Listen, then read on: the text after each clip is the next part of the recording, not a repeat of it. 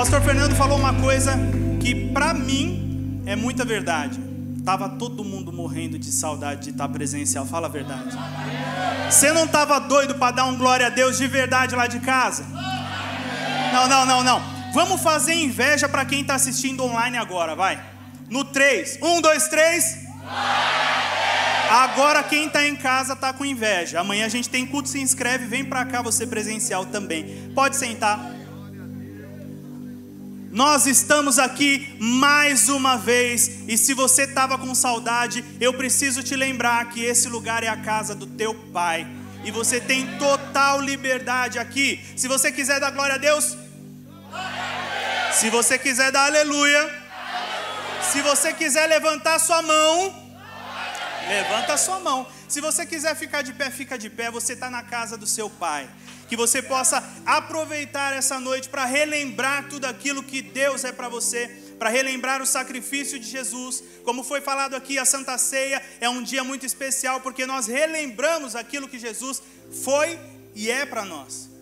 E falando sobre saudade, falando sobre há quanto tempo a gente não estava aqui presencial, é engraçado que olhando no calendário não faz tanto tempo, mas parece que já fazia 1 ano e meio que a gente estava em casa sem culto presencial, é ou não é? Eu estava chegando, eu preciso contar uma coisa para você. Eu estava chegando, eu vi 2 crianças para mim saindo do carro, do meu tamanho, e quando começou a pandemia, gente, é sério, na minha lembrança, elas tinham esse tamanho aqui. A pandemia faz coisas muito estranhas com as crianças. E elas desceram do carro e eu falei, meu Deus, eu estou ficando velho de verdade. Os cabelos brancos. E é engraçado que tem frases hoje que eu ouço, que fazem muito mais sentido do que na época que eu ouvia. Frases que eu falava, nossa, que frase de gente velha. Agora fazem parte do meu vocabulário, querido. Não é? Diz que é. A Esther ainda não chegou nessa fase. Mas tem uma frase que eu disse essa semana, quando você chegar na minha idade, Esther. Eu disse essa frase essa semana e eu fiquei em choque. Porque eu falei, meu Deus, eu tenho 33 anos e já estou falando uma frase dessa. É daqui para pior. Daqui para pior. Só que quando a gente fala sobre idade, uma coisa que a gente muitas vezes esquece é que o mais importante não é a idade, mas é a maturidade que vem com a idade. E se tem maturidade, está valendo a pena. Amém? Amém? Se tem maturidade, o tempo não importa, quantos anos você tem feito não importa, mas a maturidade, o amadurecimento que vem com esse tempo é que faz a diferença. E quando a gente entende isso, a gente entende que a maturidade muitas vezes muda a nossa rota, muitas vezes muda o nosso caminho, o trajeto que a gente estava seguindo é mudado por causa da maturidade que existe em nós. E isso vale tanto fisicamente quanto espiritualmente. Se você pegar a sua vida antes de Jesus, era uma. Quem aqui tem testemunho de transformação de vida, levanta a mão. Glória a Deus por isso, obrigado Jesus. Você era um antes, mas depois que o Espírito Santo começou a atuar na tua vida, depois que a maturidade de Deus tomou conta do teu coração, você é outro completamente diferente. É por isso que você está aqui. Nós somos um corpo de Cristo, juntos, unidos e com maturidade. Isso é muito importante. E tem um exemplo aqui na Bíblia que eu quero ler com você em Atos capítulo 9. Livro de Atos capítulo 9. Se você abrir a Bíblia, você já sabe de quem eu vou falar. Eu vou falar sobre Saulo. Atos capítulo 9. Se você quiser dar glória a Deus, vai dando glória a Deus. Versículo 3 diz assim: e indo no caminho, aconteceu que, chegando perto de Damasco, subitamente o cercou um resplendor de luz do céu. E caindo em terra, ouviu uma voz que lhe dizia: Saulo, Saulo, por que me persegues? E ele disse: quem é, Senhor? E disse o Senhor: eu sou Jesus, a quem tu persegues. Duro é para ti recalcitrar contra os aguilhões. E ele, tremendo e atônito, disse: Senhor, que queres que eu faça? E disse-lhe o Senhor: levanta-te e entra na cidade, e lá te será dito o que te convém fazer. E os homens que iam com ele pararam espantados, ouvindo a voz, mas não vendo ninguém. E Saulo levantou-se da terra, e abrindo os olhos, não via ninguém. E guiando-o pela mão, o conduziram a Damasco. Você pode dar um glória a Deus por essa palavra? Quando a gente pega a história de Saulo, basicamente a gente está falando sobre uma das maiores conversões que a Bíblia nos mostra. A gente vê a história de alguém que seguia um padrão que ele achava bom, seguia um padrão que ele achava certo, mas que ia completamente contrário a tudo aquilo que Jesus tinha para a vida dele, a tudo aquilo que Jesus tinha como direção para ele. Ele era um cara estudado, sim ou não? Sim. Ele era um cara que era um fariseu, que conhecia a palavra, sim ou não? Mas nem por isso ele estava no sentido certo. Ele perseguia os cristãos, ele caminhava de uma forma que era contrária àquilo que Deus planejou para ele, mas um dia Deus pegou ele de surpresa, e nesse dia todas as coisas foram transformadas. Todas as coisas foram transformadas, e quando você olha essa história, você pensa o seguinte: existem coisas que Deus faz que não tem o menor sentido. Talvez na sua vida tenha sido assim. Se você olhar para Saulo, Saulo era talvez o maior inimigo da época dos cristãos ali. Ele perseguia os cristãos, ele matava os cristãos, ele fazia todo tipo de mal contra aquilo que era a pregação da palavra. Por quê? Porque ele acreditava que aquele era o caminho contrário. Ele acreditava que aquilo era errado e o certo era aquilo que ele vivia. Mas em um encontro com Jesus, Jesus mostrou que era completamente o contrário do que ele via.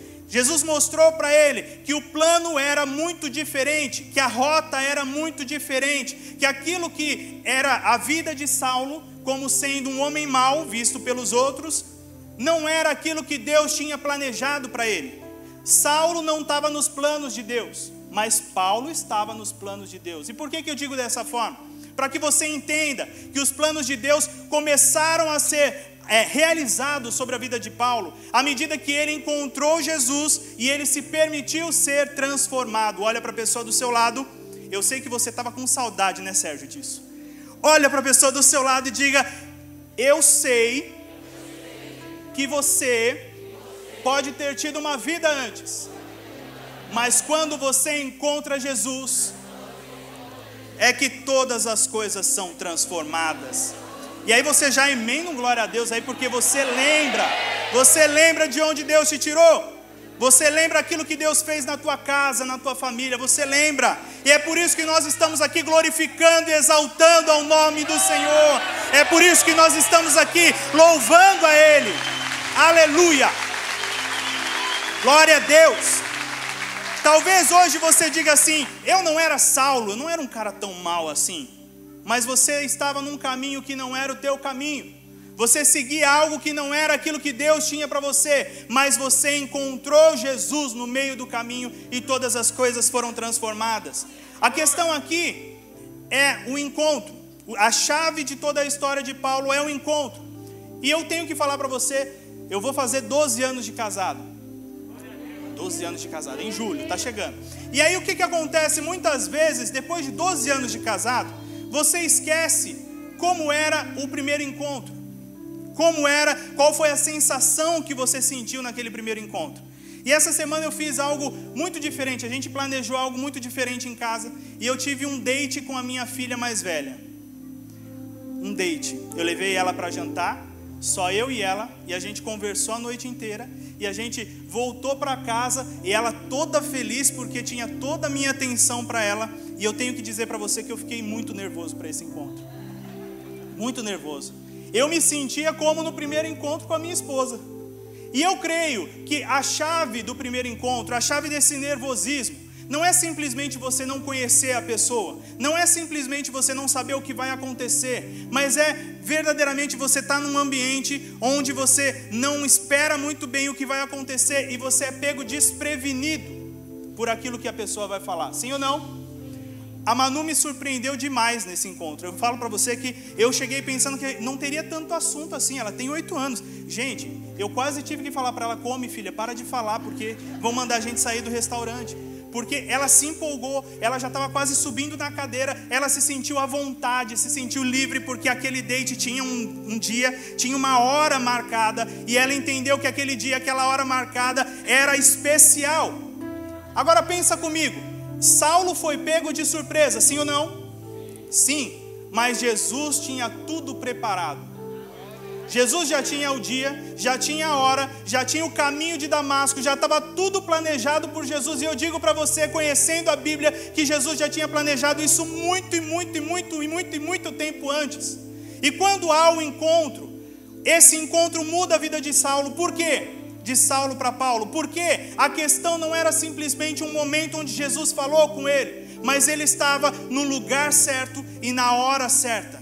E ele permitiu que esse encontro transformasse a sua vida, transformasse a sua visão. Ele saiu dali cego.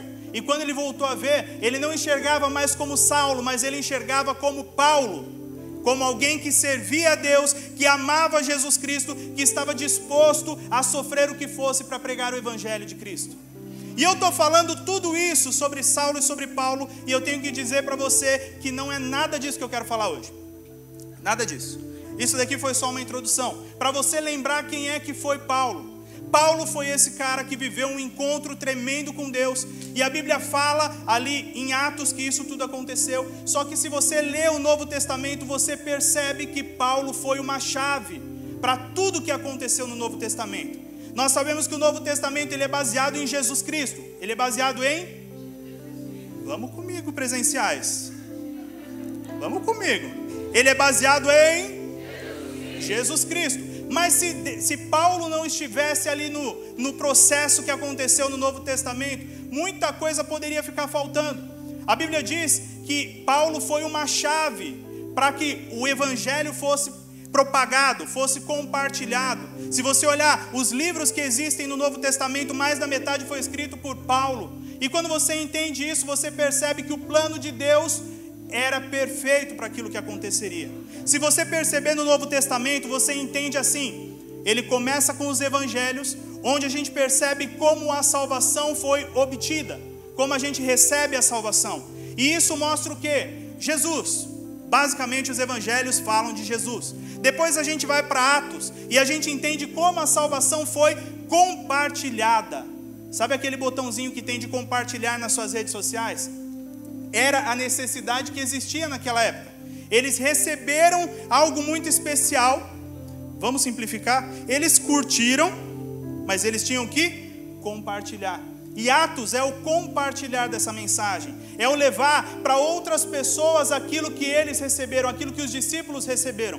E logo em seguida vem Romanos. E se você vem na sequência, você pode pensar que o livro de Romanos era para quem? Para gentios, para pessoas que não conheciam a palavra, mas não é a verdade. O livro de Romanos foi escrito por Paulo e ele tem a explicação básica de mostrar o que significa a salvação para aqueles que já conheciam a Jesus.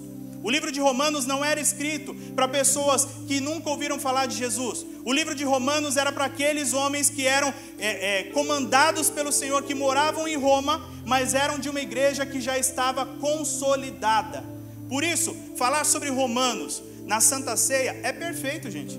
Nós somos aqui uma parte da família de Cristo, sim ou não? Mas nós não somos novos convertidos. Se você está aqui numa Santa Ceia, é porque você está consolidado, é porque você tem raiz, é porque você entende a importância do sacrifício de Jesus. Por isso o livro de Romanos é para você. Amém? Amém? Você chegou até aí? Amém?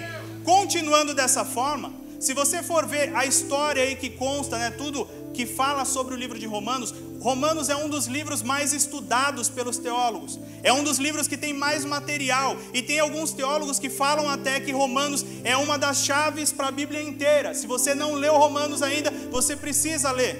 Estou fazendo aqui mó marketing desse livro. Você vai chegar em casa e vai começar a ler Romanos em nome de Jesus. Amém? Amém?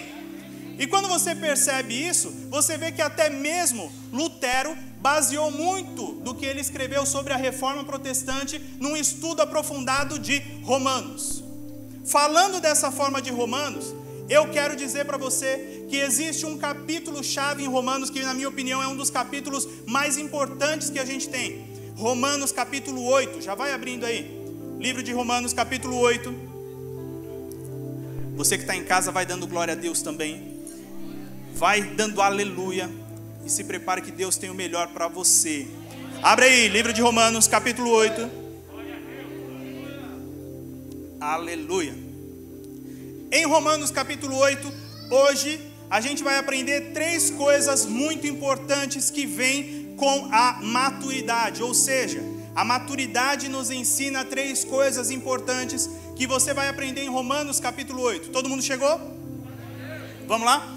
Romanos 8,14 fala assim: porque todos os que são guiados pelo Espírito de Deus, esses são, mais alto, esses são filhos de Deus. Porque não recebestes o espírito de escravidão, para outra vez estardes em temor, mas recebestes o espírito de adoção de filhos, pelo qual clamamos, Abba, Pai. A primeira coisa importante que você aprende com a maturidade, baseado em Romanos 8, é ser filho. Repete comigo bem alto: ser filho. Repete aí de casa: ser filho. Se você entender o que é ser filho, toda a sua vida é diferente. Por quê? Porque para ser filho, eu preciso ter conexão com o Pai. A Bíblia disse aqui, ó: porque todos os que são guiados pelo Espírito de Deus, esses são filhos de Deus. Então, para que eu seja filho, eu preciso ser guiado pelo Espírito de Deus. E quando você pensa nisso, talvez, se você já conhece a Deus, você fala: é muito simples entender isso. Ser guiado por Deus é estar na igreja. Ser guiado por Deus é ouvir a voz de Deus. É muito mais do que isso. Ser guiado por Deus é ser conduzido pelos caminhos bons, mas também ser tirado dos caminhos ruins. Quando você é guiado, você não é guiado simplesmente por onde Jesus quer te guiar. Você não é conduzido simplesmente por onde é bom para você. Mas muitas vezes Jesus entra na nossa vida para nos tirar dos caminhos errados que nós estávamos. Agora há pouco você levantou a mão, dando glória a Deus pelo que Deus fez na tua vida através de uma conversão verdadeira, sim ou não? Sim. O ser guiado por Deus representa mais do que Ele te trazer a uma igreja, mas representa Ele te tirar daquele caminho que te conduzia à perdição. E é por isso que nós estamos aqui. É por isso que nós vivemos a salvação de Cristo, porque Ele nos guia, Ele nos conduz, Ele nos protege, Ele nos leva para lugares altos, e isso é maravilhoso. Agora, um ponto importante de tudo isso é entender que se dependesse do ser humano, ninguém nunca ia conseguir chegar no céu. Por isso, se você não é guiado pelo Espírito Santo, você não tem como ser filho, ou seja, você não tem como morar no céu junto com Jesus. Por isso, o Espírito Santo ele tem um papel tão importante nas nossas vidas. Por isso, ser filho nada mais é do que ser guiado por Deus, ser guiado por um caminho completamente diferente. A gente usou o exemplo de Paulo, vamos pegar ele de novo. Paulo, ele vivia em um caminho que ele construiu como Saulo, aprendendo a teoria, aprendendo ali em leituras profundas, fazendo curso, estudando de verdade. Só que chegou um momento que Jesus tem um encontro real com ele, um date, e a vida dele é completamente transformada. Naquele momento, ele começa a ser guiado pelo Espírito Santo, ele começa a ser guiado do princípio que ele cai no chão. Se você leu ali o versículo comigo, ele caiu do cavalo, e ele pergunta para Jesus: e agora, Senhor, o que eu faço? Muitas vezes o nosso erro está aí. A gente não pergunta para Jesus simplesmente: o que eu faço? Simplesmente para onde eu devo ir? Você cai do cavalo, simplesmente levanta e acha que está pronto para continuar o caminho que você já estava. Esse é o problema. Quando nós tomamos atitudes por nós mesmos, a gente se acostuma a lutar, se acostuma a ter vitórias e derrotas, se acostuma a ser aquele guerreiro solitário, mas a gente se acostuma a ir por caminhos que normalmente não são os que Deus tem para nós. Por isso, hoje, para ser filho, você tem que entender que eu tenho que permitir ser guiado pela presença de Deus em todo momento. Ser filho não é simplesmente falar eu tenho um pai, mas é viver debaixo dessa paternidade. E quando a gente fala de paternidade, talvez humanamente para você possa ser confuso. Talvez humanamente você diga: eu não tive um pai, ou eu não tive um bom relacionamento com meu pai, ou a minha casa nunca foi consolidada de verdade, e por isso a visão é meio distorcida sobre isso. Mas quando nós falamos sobre entender a paternidade de Deus sobre nós, nós entendemos que a nossa vida tem que ser completamente protegida e guiada por Ele. Ser guiado por Deus é permitir que Ele te conduza da forma que Ele acha melhor. Ele falou para Paulo: se levante do chão e vá para dentro da cidade. A Bíblia fala que Paulo ficou como cego. A Bíblia fala que ele precisou de ajuda para ir para dentro da cidade. Mas isso não impediu Paulo de seguir aquilo que Jesus tinha para ele naquele momento.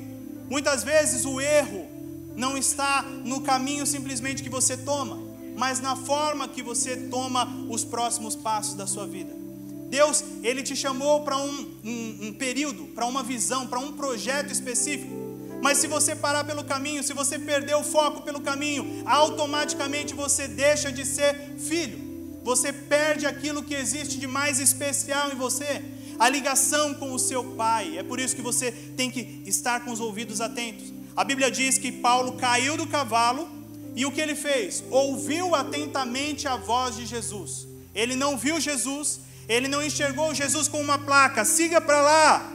Não, mas ele ouviu atentamente a voz de Jesus. E hoje eu vim até aqui para dizer para você: ouça atentamente a voz de Jesus para você. Talvez nesse momento você fale para mim: mas está tudo tão confuso, está tudo tão perdido, tantas informações ruins chegam até nós. Mas eu continuo dizendo para você que como filho, você é protegido, você é guardado, você é consolidado no peito do seu pai, debaixo das asas dele, e é ele que te protege, é ele que cuida de você. Lendo esse versículo, algumas partes aqui nos chamam a atenção além disso. Além de ser guiado por Deus, a gente vê aqui sobre o espírito de escravidão.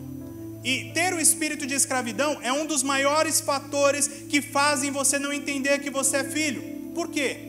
Ser escravo é uma coisa. Ser escravo, você pode ser escravo. Mas se você tem o espírito de escravidão, é como se isso fosse um sentimento, fosse algo que guiasse a sua vida. Se a gente falou aqui que para ser filho eu preciso ser guiado por Deus, da mesma forma, se eu permito que o espírito de escravidão esteja na minha vida, eu sou guiado por esse espírito de escravidão. E o que é isso? O espírito de escravidão nada mais é do que um pensamento onde você se vê como pequeno, como fraco, como não merecedor, como alguém que não tem cobertura, como alguém que está sozinho. E a Bíblia é clara: esse espírito não pode estar sobre você.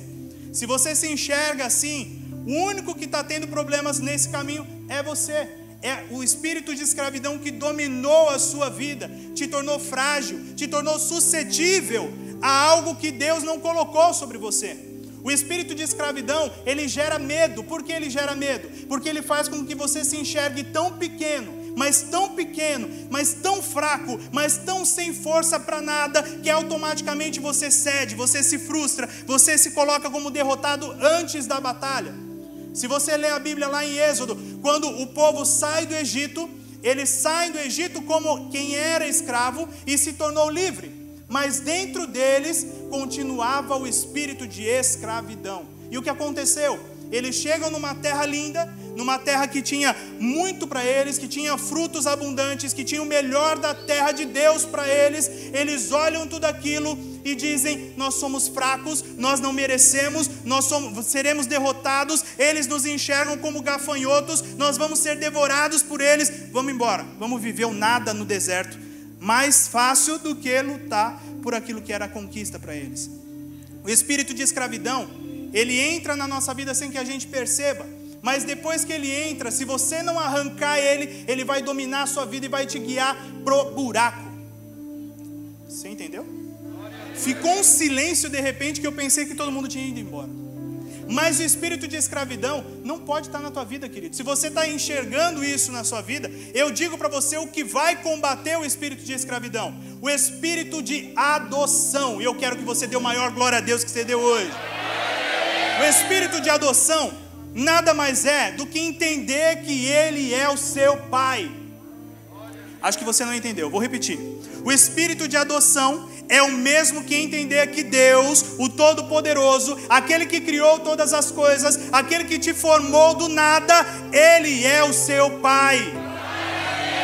A questão aqui é que o espírito de adoção, ele entra no nosso coração e ele muda completamente o que é o espírito de escravidão. Aquilo que o espírito de escravidão falava para você, o espírito de adoção mata, ele corta isso. Então, se antes existia no teu coração um pensamento que você era fraco, que você era pequeno, que você não podia nada, agora você entende que você é cuidado, que você é protegido, que você é amado por um Deus Todo-Poderoso. Esse espírito de adoção é o mesmo que uma criança sente quando é adotada. Pensa comigo, A criança ela pode ter tido um histórico familiar muito triste, ela pode ter uma história muito ruim, mas quando ela é adotada por uma família que a ama, que mostra através de atitudes, através de palavras, através de tudo que existe amor nessa relação, automaticamente o espírito de adoção toma conta dessa criança e ela se sente completamente amada, cuidada e protegida, e a vida dela muda completamente. Se você entende isso, você percebe que o espírito de adoção tem que fazer parte de nós, mas não é Deus que coloca isso em você, mas é você que coloca a liberdade disso tomar conta dentro de você. Um ponto, a gente falou, ser filho. E a gente vai para o segundo ponto, ser herdeiro. Repete comigo bem alto, ser herdeiro. Romanos 8, versículo 17 diz assim, leia comigo. E se nós somos filhos, somos logo herdeiros também, herdeiros de Deus e co-herdeiros de Cristo. Se é certo que com Ele padecemos, para que também com Ele sejamos glorificados. O ponto aqui é que se eu me torno filho, automaticamente eu tenho acesso total ao Pai. E se eu tenho acesso total ao Pai, eu tenho liberdade para viver o que o Pai me dá, e isso não dura um dia. Não é por agora, mas é por uma posteridade. É aquilo que atinge a minha vida e vai continuar atingindo todos os dias. Isso é herança, querido. A questão mais importante para você enxergar e ser herdeiro é que a maturidade tem que tomar conta do seu coração para que você se enxergue assim. O ponto mais importante é como você se vê e não como o Pai te vê. O Pai te vê como? Ele enviou o único filho dele para morrer na terra por você. Ele projetou tudo isso para proteger você, para te guardar e para te dar uma vida eterna maravilhosa ao lado dele. Se ele projetou tudo isso, o amor dele já existe e ele já te enxerga como alguém amado, como filho, como alguém que é herdeiro. Mas a diferença está em como eu me vejo. Se eu me ver como filho, automaticamente eu vou me enxergar como herdeiro de Deus. E quando a gente fala sobre herdeiro, não tem como não citar a história do filho pródigo. O filho pródigo, ele tinha a condição da casa dele, ele tinha um pai, ele tinha uma família. E quando chega um momento, ele fala, eu quero a minha herança. Você conhece a história, ele sai de casa, torra tudo em bagunça, em drogas, em bebida, em farra. E aí acaba aquele dinheiro e o que acontece? Ele volta para casa, mas ele não volta dizendo que seria filho daquele pai. Mas ele volta se colocando como servo. Lembra do espírito de escravidão? Era aquilo que estava no coração dele naquele momento. E ele voltou se rebaixando como servo, pedindo clemência, pedindo uma oportunidade de trabalhar com os porcos, para comer junto com os porcos. Mas quando ele entra em casa, o pai olha nos olhos dele e diz, você é meu herdeiro, você é meu filho. Você não deixa de ser o meu filho pelos erros que você cometeu. Você não deixa de ser o meu filho pelos caminhos que você tomou errados. Mas você continua sendo o mesmo para mim. Isso muda completamente as coisas, querido. É a mesma coisa que você pegar uma nota de 100. Ela novinha, ela linda, acabou de sair do banco, aquela que não tem nem dobra, ela vale quanto? R$100. Mas se você pegar essa nota, amassar ela, jogar no chão, pisar, deixar ela feia, ela vale quanto? R$100. O valor não muda.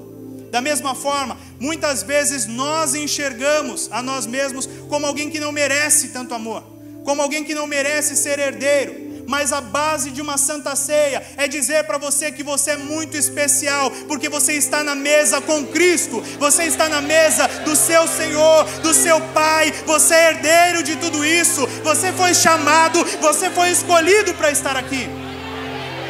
Aleluia! Glória a Deus! Aleluia! Se você foi escolhido, foi chamado para estar aqui, automaticamente você é herdeiro.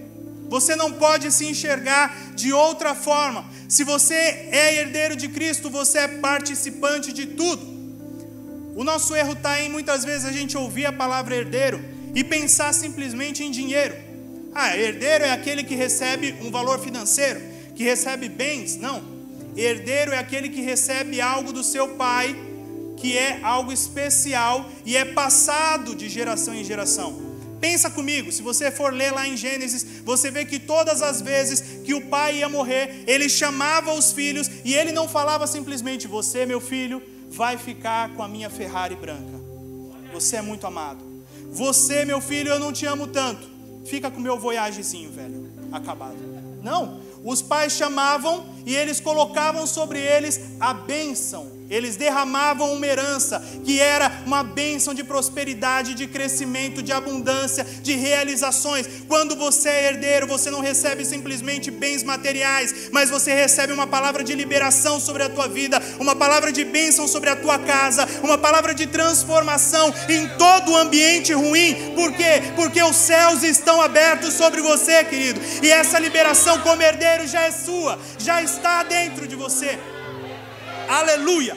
Em momento nenhum, o pai precisava convencer o filho a receber aquela bênção, mas o filho já vinha sabendo que ele participou da vida do pai, e ele receberia naquele momento uma herança especial, que era a bênção que seria derramada sobre ele e sobre toda a sua posteridade. Essa herança já está colocada sobre você, porque o teu pai te ama, querido. Se você entendeu o que é ser filho, você entende automaticamente o que é ser herdeiro. Por quê? Porque para ser filho você tem que ser guiado por Deus. Se você é guiado por Deus, você é filho. Se você é filho, você se torna herdeiro. E se você é herdeiro, você tem condição de tomar posse e de viver tudo aquilo que é promessa de Deus para você. Aleluia! Olha para a pessoa perto de você e diga para ela: eu sei que você já entendeu o que é ser filho, que você já entendeu o que é ser herdeiro, e agora chegou a hora de você entender a terceira coisa. Faz um suspense. Agora, fala aí, agora você vai entender qual é a terceira coisa. Tem gente que foi fundo. Eu ouvi daqui uma voz até de Gil Gomes. Você ouviu, apóstolo? Gil Gomes já denunciou minha idade de novo. Oh, meu Deus, tá bravo. Os cabelos brancos e tudo mais. A terceira coisa que você vai entender, você vai ler comigo no versículo 18. Porque para mim tenho por certo que as aflições deste tempo presente não podem ser comparadas com a glória que em nós há de ser revelada. A natureza criada aguarda com grande expectativa que os filhos de Deus sejam revelados. A terceira coisa que eu tenho que dizer para você é que você vai aprender a ser a resposta. Acho que você não entendeu. Depois que você entende quem você é, que você é filho, você percebe que você é herdeiro, você tem condição de ser a resposta. Pastor Fernando citou um versículo aqui que é muito especial. O Pai procura verdadeiros adoradores que o adorem em espírito e em verdade. Se o Pai procura, você é o quê? A resposta da procura dele. Só que eu vou além. A resposta para ele, amém, você já entendeu, você já recebeu isso. Mas muitas vezes nós não entendemos que nós estamos nesse mundo com um propósito, com um projeto estabelecido. Deus nos colocou aqui para ser resposta, não só da procura dele, mas da procura de toda a criatura criada por Deus. A Bíblia disse aqui que toda a criação aguarda com grande expectativa que os filhos de Deus sejam revelados, e você é a resposta para tudo isso. Você é a resposta para tudo isso.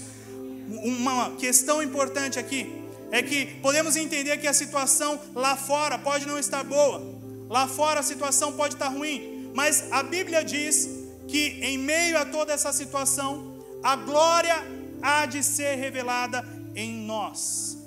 O que isso representa? Representa que lá fora o negócio pode estar muito ruim, mas dentro, você tem algo que lá fora não existe. Você tem algo dentro de você que precisa ser revelado, que precisa ser colocado para fora. E isso é o quê? A glória de Deus sobre a sua vida. Tem pessoas que estudam esse versículo e falam que aqui Paulo estaria falando da eternidade, falando que os dias ruins na terra chegariam ao fim e a glória que há de ser revelada seria a eternidade que seria colocada sobre nós. E eu acredito nisso. Mas, se você for ver na versão que eu coloquei aqui para vocês, a glória que em nós há de ser revelada. Eu vou além. Essa questão não é simplesmente a eternidade, não é simplesmente o céu, mas é uma glória que em nós há de ser revelada. É como se existisse o escuro lá fora e você fosse a luz que precisa iluminar todas as coisas, você fosse aquela luz que pode trazer a grande diferença por onde for. Pense em Paulo. Paulo, ele existiu em um momento onde toda a terra ali não conhecia Jesus, onde toda a terra precisava ouvir a Jesus. Eles estavam em escuridão e Paulo era aquela luz que precisava resplandecer. É por isso que, se você for ver, quando ele tem um encontro com Jesus, Jesus se mostra a ele como uma luz irradiante. Eu creio que isso foi profético sobre a vida de Paulo. Ele se tornou uma luz em meio a lugares escuros, em meio a densas trevas. Sobre você é a mesma coisa, querido. O negócio pode estar feio lá fora. Todo mundo olha 2021 como um ano frustrado, como um ano ruim, um ano de pessimismo. Mas Deus colocou em você algo muito especial. E isso já está em nós. Não precisa ser derramado de novo, não. Já está em nós. E é hora de você revelar a todos os que estão perto de você. É hora de você ser a resposta e levar o brilho que existe dentro de você para fora, para que essas pessoas sejam alcançadas. A glória dita aqui não é um lugar, a glória dita aqui não é um ambiente, mas a glória é a transformação que Deus vai gerar através da sua vida, sobre a sua família, sobre os seus amigos, sobre a sua vida profissional, sobre onde você pisar. E por quê? Porque a glória já está em nós. Se já está em nós, é meio que assim, você não precisa de mais nada, querido. Tudo que você precisa já está em você. E se já está em você, chegou a hora de ser a resposta. O mundo tem muitas perguntas. As pessoas lá fora, os jornais, tudo lá fora você ouve muitas perguntas, muitas interrogações, muitas questões sem resposta. Por quê? Porque nós, como cristãos, temos que ser a resposta para esse mundo. Nós temos que ser a resposta. Quando você entende isso, você vê o perfeito projeto de Deus em tudo isso. Olha só que coisa interessante.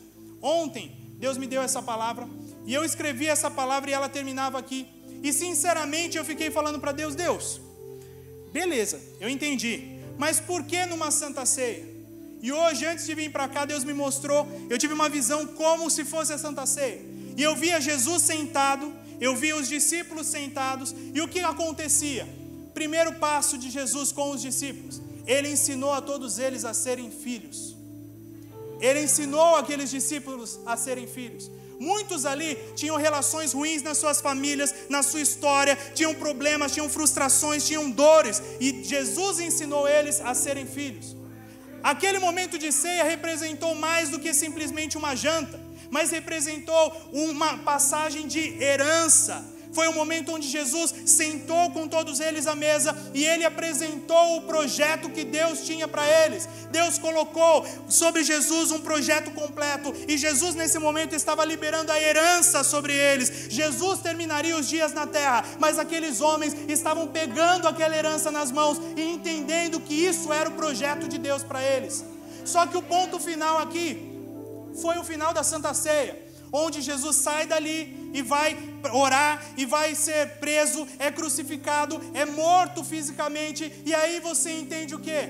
Eles entenderam o que era ser filho, eles entenderam o que era ser herdeiros, para entenderem o que era ser a resposta para aquele mundo que precisava de Jesus. Eles saíram daquele ambiente, eles saíram da crucificação, eles saíram ali de Jerusalém depois de receberem o Espírito Santo, para serem a resposta por onde passassem. Por isso, nós estamos aqui, porque a resposta que eles levaram foi a resposta, foi o brilho que chegou até nós. Por isso, se você está aqui hoje, você não está aqui simplesmente para mais uma Santa Ceia na sua vida. Você não está aqui para simplesmente passar algum tempo com Jesus nesse lugar. Mas você está aqui para aprender o que é ser filho, o que é ser herdeiro, e a partir de hoje Deus te convoca a ser resposta por onde você passar, a ser resposta por onde você passar, a ser resposta por onde você passar.